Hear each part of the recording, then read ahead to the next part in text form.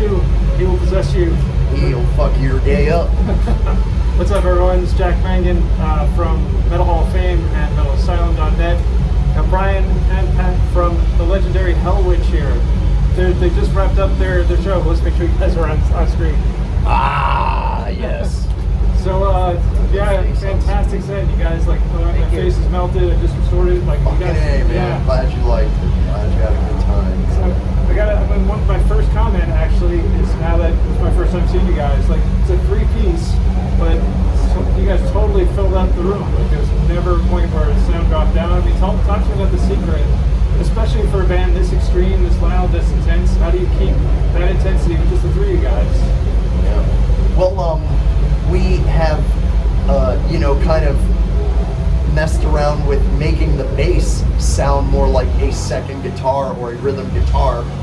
Which it's not, but we've worked with tones and worked with instruments and worked with auxiliary equipment to try to give the bass a sound that will fill in when I'm soloing. So we try to, have, like a two guitar sound with the one guitar, and it's been a pretty experimental process, and I think it's working good because, like you said, it sounds full when I'm soloing, and you hear that bass kicking through, like it sounds like a fucking full band, I think.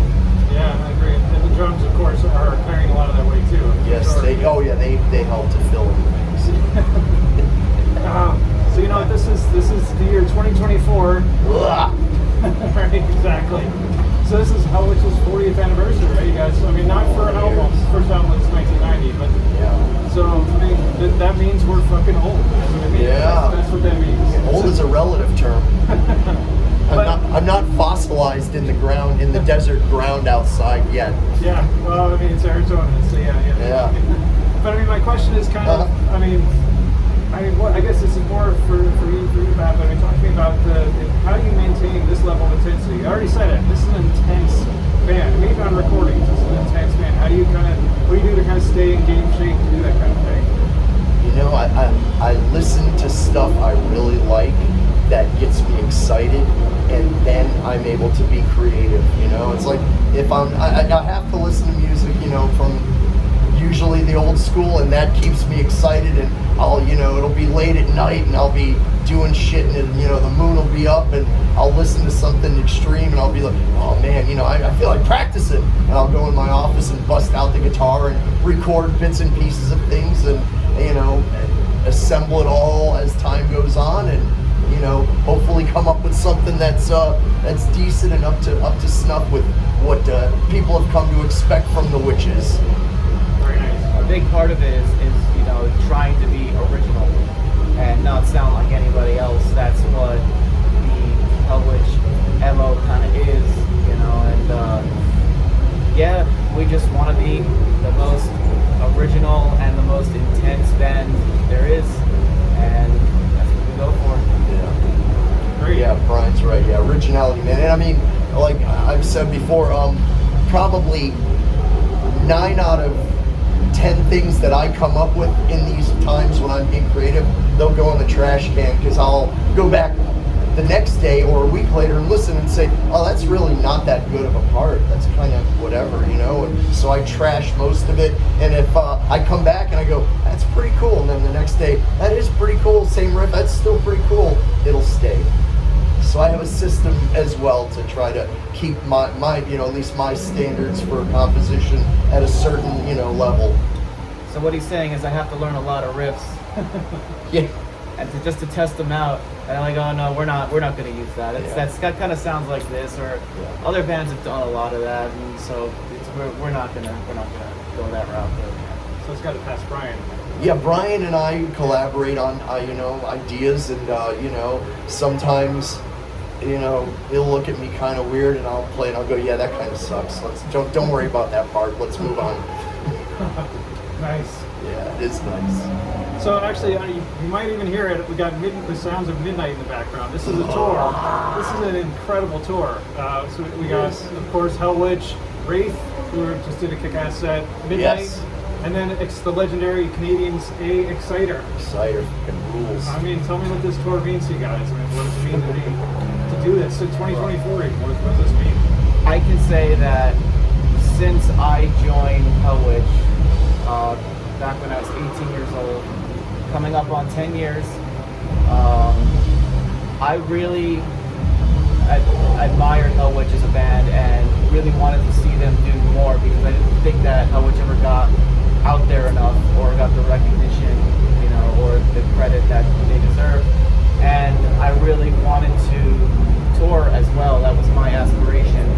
And so when I got asked to play with Hellwitch, I was like, well, maybe we should do this. Let's hit the road. Like, let's do this, you know, and like, let's get out there.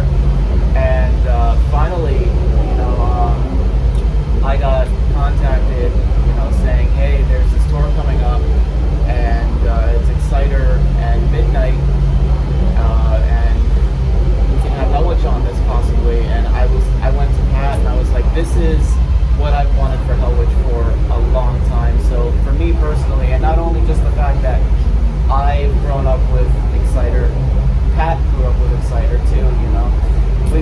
We both come from the same schools, even though they're different generations. And I'm so happy that Hellwitch is finally out there doing a tour of this caliber like this, and with bands that, you know, the Midnight guys are friends of mine, and I'm very grateful to be out here with them and be with the legends, you know, side by side with Exciter. Like, this is just amazing. Yeah, and I mean, even when in 2015 when Brian joined, even then 2016 we did a tour, 2018 we did a tour.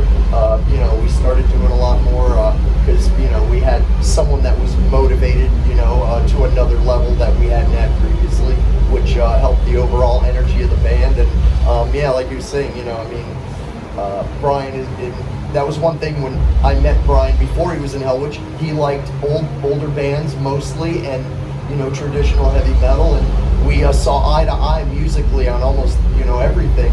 And I was like, wow, I connect with this person, and you know, this is someone I feel good about collaborating with. And yeah, then it was the Exciter thing happened. I'm like, well, we both, you know, like, yeah, Exciter's God. So yeah, that was, you know, don't even find out if we can take the time off to do it and our band can get off. I just said, yes, we'll do it. We're in. We'll find a way. Yeah, well, we'll make it happen. Yeah. Cool. Well, so I mean, that's not a bad.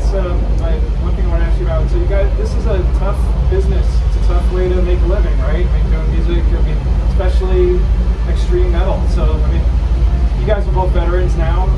So talk to me about, what would you tell your younger self when they're just getting started? Like, what would you say? Like, hey, watch out for this in this business, or this is something you need to know as a young musician. Sorry to go all deep. You know, this is the deep question. Cool. It's not what's your favorite color. Yeah, it's much better questions.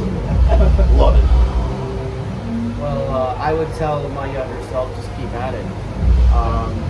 Touring and being a part of the music industry is not for everybody. It's not comfortable. There's just a lot of luxuries that you have to forego, unfortunately, to be a part of it. But I knew when I was younger, it was the only thing I wanted to do was be in a band and play music.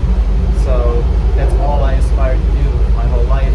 And I found a lot of roadblocks along the way, you know. And what you really have to do is you have to find like-minded people who share the same goals as you, who share the same dreams as you. And if you don't have that, then you just, you know, it might not work out. Or you can go for it as much as you want, but you got to find the right people, and that's what I struggled with for a long time. And but I kind of think that if you are that relentless about it, just keep going and just do it. If you keep trying, you're gonna fail. You're gonna fail again. You're gonna fail again. But eventually, you know, you might make it. And you know, not everybody, unfortunately, makes it to the top. But I personally feel really grateful that I get to do what I do, and I'm very grateful to be out here with Hellwitch, playing alongside great Exciter and Midnight. And so, you know, if I were to talk to myself when I was 13, I was like, you're going to be on tour with Exciter when you're older. I'm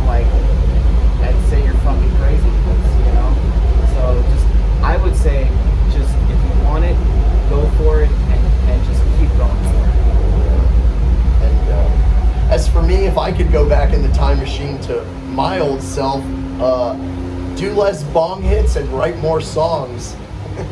Not bad advice. That would have been probably my best thing I could have done, because wasn't very aggressive with composing music, just was aggressive with playing and practicing and whatever, but actually writing. I'm more motivated now to write, I think, than I ever have been. And yeah, I see now that that's a big part of it, because, you know, the more stuff you have, the greater your chances of success, and, you know, at least, not even success, just getting your sound out and sharing, you know, your ideas with the world, and, you know, hopefully more people like it, and, you know, you get noticed, and more people are, you know, lives are enriched from your creativity. And also, an important thing to remember is not everyone's going to like it, and you should expect that when you put yourself out there. You know, you should be doing it for yourself at the end of the day. And if it's good, you know, people will recognize it. But it's impossible to please everybody. You got to please yourself first. You know? Yeah. That's how we are. I mean, we're like it. You know, I come up with riffs I like, and, you know, Brian and I come up with parts that we think are badass and unlike all the others. And whatever label or whatever, we're gonna record it and put it out. So it's for us, really. You know, it's cool. Other people like it. If they don't, that's fine. Fuck them. Nice. But so now, I mean, I guess this isn't even scripted, but I mean, so if you were to write something, again, this is intense, extreme, but I mean, good. I don't want to keep saying, I don't want to pigeonhole you guys or anything, but like, if you were to write like this, I know there's some arpeggiated stuff, but like, if you were to write something that was like if you were to write Jump, you know, like anything, and like went from what he was doing to Jump, like, would you be like, this is not right for Hellwitch, or would you say, I'll find a way? There's definitely been conversations between me and Pat about that. Sometimes I'm like, well, you know, that is kind of cool, but Pat will be like, yeah, but that's not Hellwitch, or sometimes he'll play a riff, or like if the riff from Purveyor of Fear, and I'll just play like the simple like groove beat over it, and he'll say like, if we recorded it like that, we'd make a lot more money. Yeah. But you know, respecting the legacy is also, I mean, I did say you should do it to please yourself, and if you believe in what you're doing, you know. But as for the fans, I totally understand why the Van Hagar era would be absolutely devastating to someone who was really into David Lee Roth Van Halen, and I understand that too. But you know, it's all personal taste at the end of the day.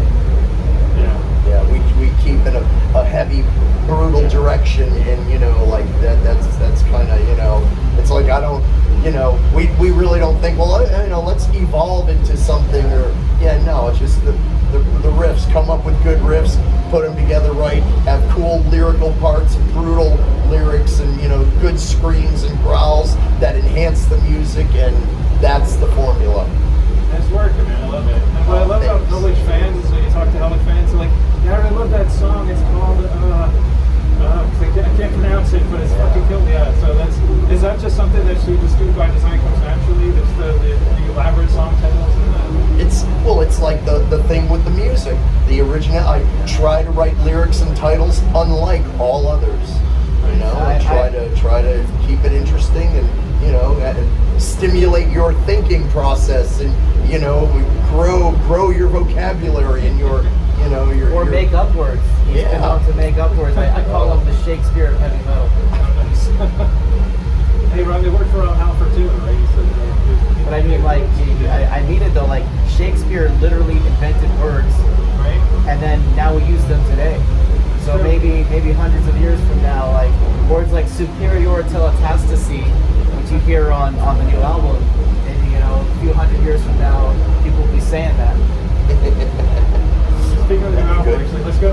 This is my super professional way of going to it, but I have some fan questions for you guys. Oh, cool, man. My super professional. Hang on. Hell yeah. There's no gum stuck to it, but hang on. All right, so we got Jim Harrison from Canada. Says I'm just going to read it for you. He's a huge Hellwitch fan. My question, being such a genre leader of the thrash technical death metal movement in Florida for so long, how does the band feel that their latest album has been received by fans? We think it's been received well. What Listenable has told us, the sales are good, the digital sales are really good, and they're happy with it.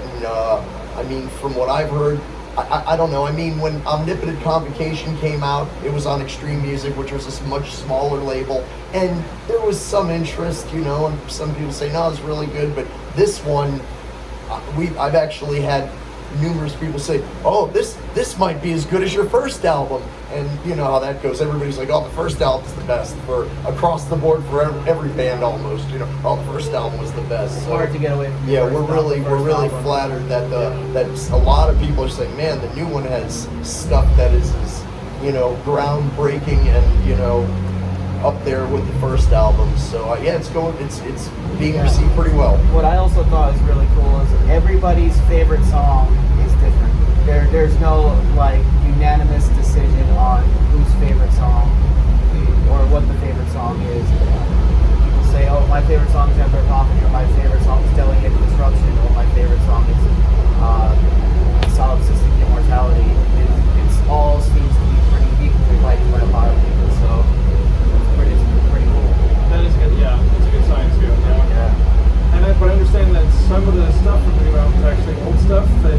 Yes. So that's kind of cool. What do you want to tell the fans about that? The material spans from 1985 to 2022. The song Hellwitch, which is something I actually did my own, bedroom demo of in 85 and started it and thought it kind of stunk, and so I just abandoned it.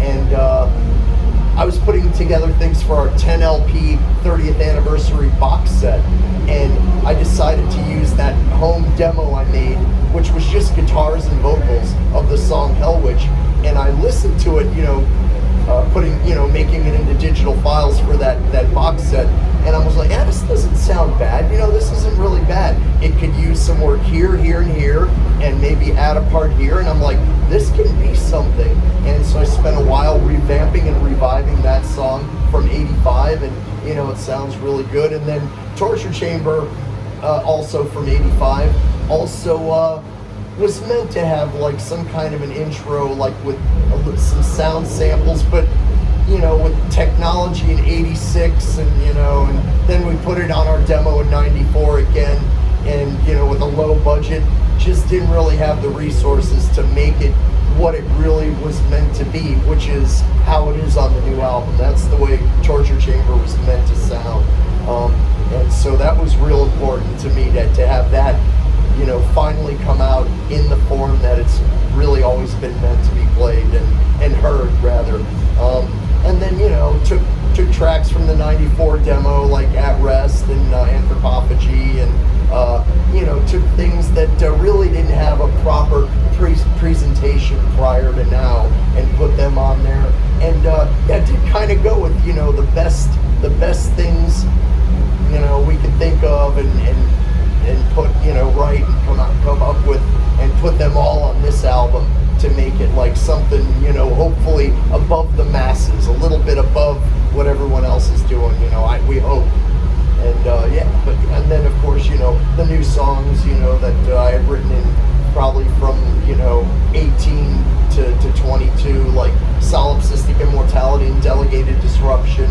Those were rewritten and re-recorded and changed and rehashed and revamped, and we actually have demos of those songs in different forms prior to what they were on the album. So it was a really best of 40 years, I want to say, album. Nice. And actually, the next question that my buddy had was, so what is the new album already in the works, or is that too soon to kind of be thinking of a new album? Oh yeah, no, I'm more thinking of it because I realized that to keep a consistent interest, you have to have new material, and we've got almost 2 songs completed, 2 new songs. There's already a demo of one of them, and the other one's about finished, and already ideas for a 3rd and 4th song. And then there's talk of maybe redoing Fate at Pain's End from the 86 demo and kind of doing an updated version of that. So there's definitely talk of a next album, and we are contracted with Listenable for another album. Nice. Excellent. There you go. maybe not first, but maybe. I don't know. But cool. I mean, I'll let you guys go in a minute. Just one or two more questions. Yeah, Jack. Cool, man. You said something really cool in another interview I wanted to touch on. So I understand you have a great big bootleg collection, right? You're a big bootleg guy? I'm a video bootleg guy. Yeah, man. I started in '82 as a cassette tape trading guy, and buying fanzines and trading cassettes, and then we heard about VHS, and it was expensive in '84, but I bought a used VCR in '84 and met a guy like in another state. I think it was this guy in it might have been this guy Mike in Jacksonville, Florida, and he had a few videos of bootleg concerts, and I had a few, and we traded, and I got a little list together, and I got into VHS trading. And my big thing was, why just listen when you can see and listen, and like, holy shit, like I'm watching a video of Slayer, like holy shit, I'm not going to get to see them because this was like '84, I'm like, I'm not going to get to see Slayer, but I can watch this video of Slayer and Motorhead, and those were some of the first things I ever got tapes of, and that just, shitty quality, and I would watch them over and over and over and just be like, oh my god, this is just the best thing that could ever happen in my life. And I just went from there, and as the advent of camcorders came around, traded with more guys, and got to the point where I have over 12,000 video titles on my list, which is online. Darkest Soul Promotions, plug. If you just Google it, it'll come up, Darkest Soul Promotions. And I still film, and I still have my camera here. I still film. I still trade videos with other guys, and not to the extent, because YouTube kind of crushed that a little bit, with everybody just putting everything. But I have tons of videos that are not on YouTube from the mid '80s, and I just love better collecting quality shit. than is on YouTube. Yeah. Oh yeah. Always better quality. Mine are usually better than what you see on. And a lot of them I see on YouTube, they got it from me. Like it's someone who traded me or purchased it from me and uploaded it to YouTube. But I'm still into it. And like I said, I have in my house I have probably 2,100 VHS tapes, all music.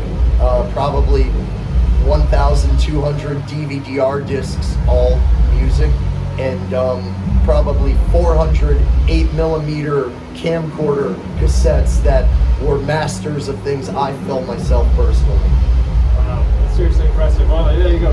One more time for everyone who's interested. It's Darkest Soul. Right? Darkest Soul Promotions. There you go. Yeah, Google that shit. All right, well, and go see Hellwitch on tour. And then, I guess my last question, you already kind of answered half of this. You got the new album, it's in your mind. It's in there. What else you guys, of course, this tour, what else you guys have coming out for Hellwitch in the near future? Well, or for yourselves, if you got something else promoted. We are on tour right now with Midnight, Exciter, and Wraith. That's North America. Right after this, we're doing a few headlining dates on the East Coast, and then we play Keep It True in Germany this October. That's going to be an old school special set. Going to maybe even bring out an old song that we don't play very often for that one. And talking about South America for the first time ever next year.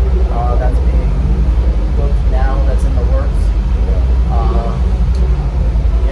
There's a lot in store for Hellwitch. Right now, I think we're just working on making the most of the 40th anniversary. That's a big deal for any band. And but next year we want to do more touring. We want to expand the horizons, and we want to go take Hellwitch places that it's never been. So we're not slowing down. We're not stopping. Expect to hear from us in your city soon. Definitely. And it's our 40th anniversary, and we are playing more shows in 2024 than I think we've ever played before in 1 year. So it's been a really great celebration. And like Brian said, after we finish this tour with Exciter, Wraith, and Midnight, we have our own headlining tour down the East Coast of the United States, later this month, and next month actually, in August. 40 years of infernal flame. Ah, burn your soul. Nice. All right, I can't top that. We gotta end there. Thank Cool. you guys, man. You guys are awesome. Oh, Great set. thanks, Jack. Hellwitch, everyone. Ah! Kill your family.